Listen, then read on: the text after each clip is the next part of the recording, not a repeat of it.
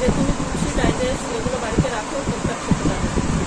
তো দেখলাম সত্যি আয়ুর্বেদ তুলসী এবং ডাইজেস্ট কাজ হচ্ছে আমাদের। প্রত্যেকের খাওয়া শুরু করলো। সেখান থেকে মিলনের সঙ্গে কথা বলতে বলতে মিলন আমার এখন বর্তমানে সিনিয়র এবং প্রসেনজিৎ, ওনাদেরকে অসংখ্য ধন্যবাদ যে আমাকে এই পথে নিয়ে আসার জন্য। ওনারা আমার যেভাবে মোটিভেশন করেছেন, যেভাবে বুঝিয়েছেন, আমি বুঝেছি শেষ পর্যন্ত যে আইএমসি ছাড়া কোনোভাবেই সম্ভব নয় ভালোভাবে বেঁচে থাকা।